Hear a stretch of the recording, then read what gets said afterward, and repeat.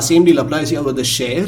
So share, as of now, it is not shared with anyone, which means this file is private.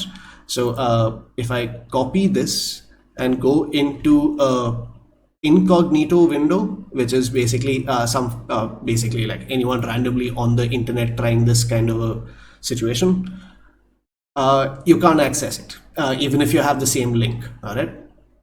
But if I go to share and now get say shareable link, actually before that, you can enter people's names and addresses in here, and you can share it with those specific people.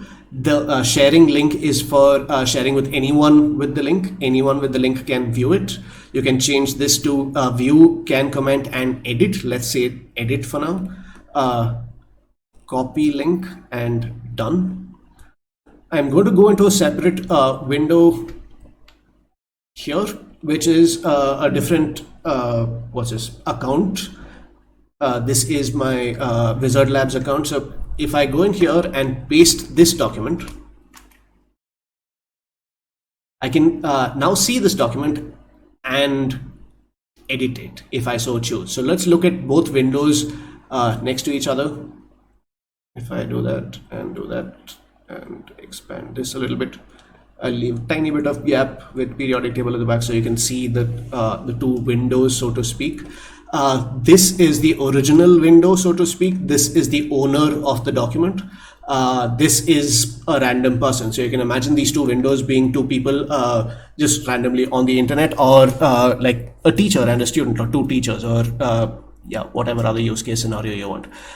So here, let's say I now have access to my marks, so I'm going to change this to, I don't know, at least 50, man. I mean, let's argue for that much.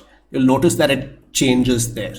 So the original file is changed. This does not make a copy of it. It literally just edits the original file, which is tremendously useful. So you can now have the same spreadsheet sent to many people, and they can all have editing capabilities, and therefore have edit and keep things up to date and things like that.